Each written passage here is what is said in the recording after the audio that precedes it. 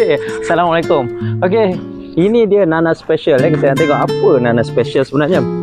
Okey, nanas ni sebenarnya kalau dalam 1000 pokok mungkin akan jumpa satu yang special macam ni lah. Tengok dia punya jambul dia, berapa banyak jambul ni nanti kita kira ya. Okey, ini sebenarnya adalah nanas daripada variety jambul emas. Kalau nak ikutkan standard dia ataupun bentuk nanas yang biasa adalah seperti ini. Jambul dia kecil, jambul dia kecil, dan kalau nak tengok betul-betul kat sini pun banyak anak sebenarnya. Tapi biasanya kita tak gunakan anak melalui jambul ni sebab dia kecil, nanti lambat mau makan masa 2 tahun.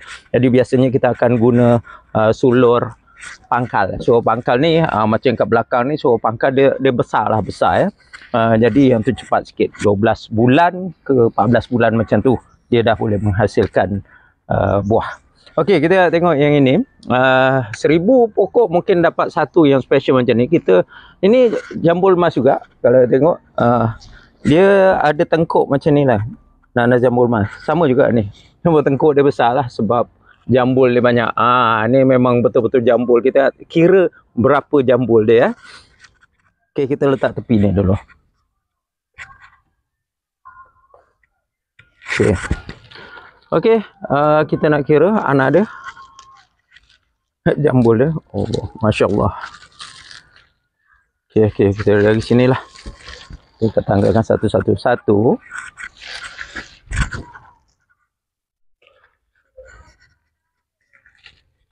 2, 3, 4, 5, 6,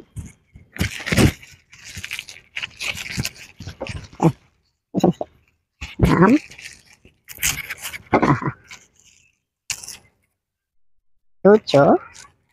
Masya Allah, banyak nih sebenarnya. Kira 8 je lah, ini tak ya.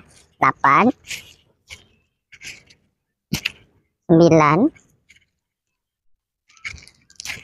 10, 11, 12, 13, 14, 15, 16, 17, 17 anak yang besar lah. Yang kecil-kecil ni tak payah kira ya. Ada 17 dalam satu jambul. Ni sebenarnya boleh tanam juga ya. Ni boleh tanam juga. Jangan dibuang. So, jadikan dia anak benih. Dan sebab jambul emas ni kalau anda tanam lepas setahun 2 bulan, kalau macam ni, anak dia tu nanti naik di pucuk pangkal tu. Sulur pangkal tu memang banyak ya. Anda boleh tengok video-video yang sebelum ni, di mana satu pokok yang satu video tu saya kira ada 19 anak pokok sulur pangkal. Jadi siapa nak tanam pokok nanas jambul emas ni tak rugi sebab lepas tahun anda akan dapat banyak sangat anak pokok nanas. Okey, sebelah 2.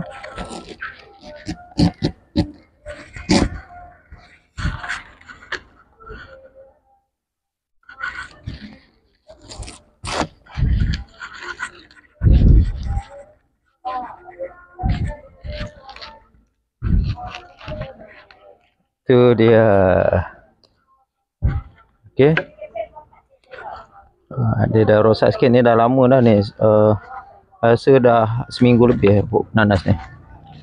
Okey.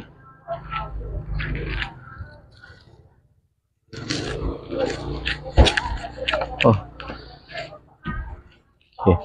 Saya nak potong ni Ini kalau ibarat dia yang ni bahagian jambul ni. Bahagian jambul.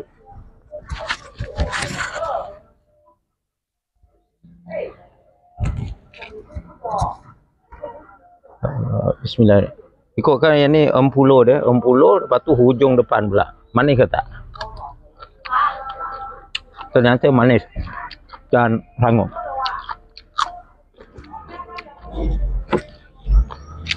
Okey, kita nak belah yang ni Ni. Bismillahirrahmanirrahim.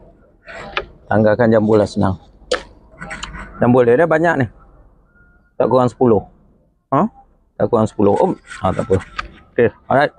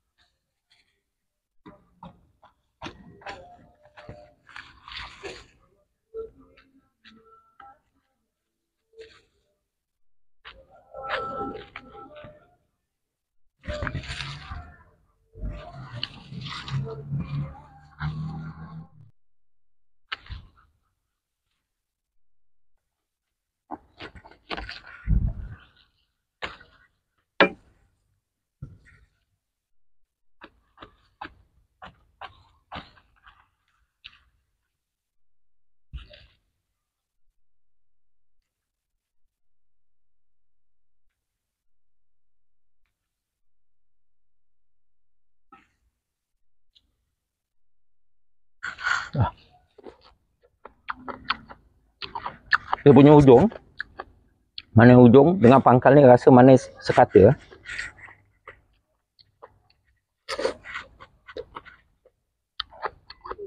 Okey, ini pula anak-anak pokok saya nak buat perbandingan, nak bezakan sikit pokok jambul mas. Yang ni pokok jambul mas. Tengok pokok jambul mas. Yang ini MD2 dan yang ini Yankee. Okey.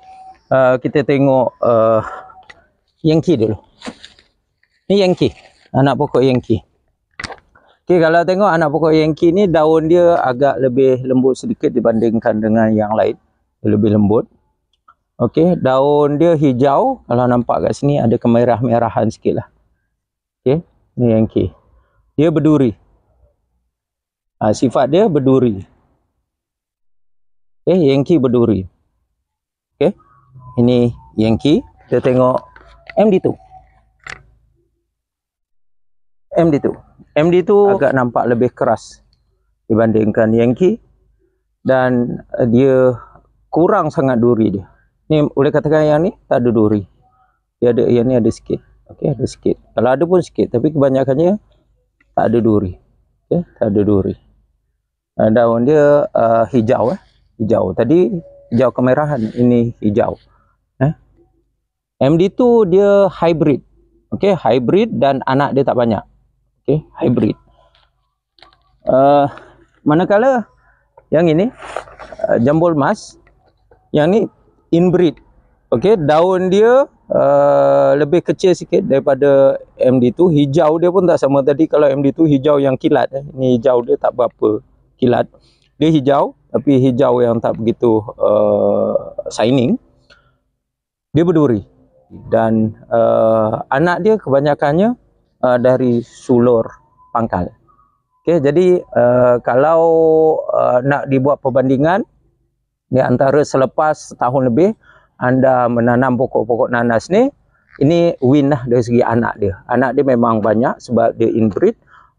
Lepas tu induk queen, banyak anak-anak sulur pangkal. Kalau MD2 anak dia 1, 2 macam tu. So dari segi kualiti dia, MD2 ni dia bila inbreed dia mungkin akan berubah jadi asal dia.